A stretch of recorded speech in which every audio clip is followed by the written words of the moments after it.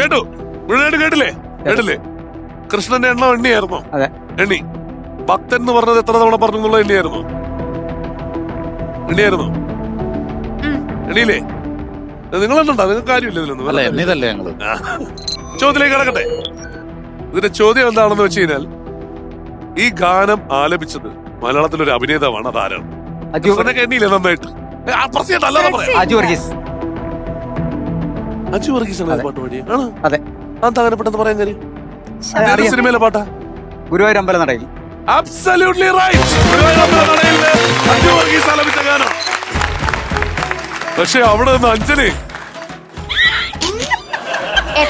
ചോദ്യങ്ങളല്ലേ വരുള്ളൂ. പേടിക്കണ്ട, നിങ്ങൾ ആര് ചിരിക്കണം, നിങ്ങൾ എല്ലാരും വേണ്ടി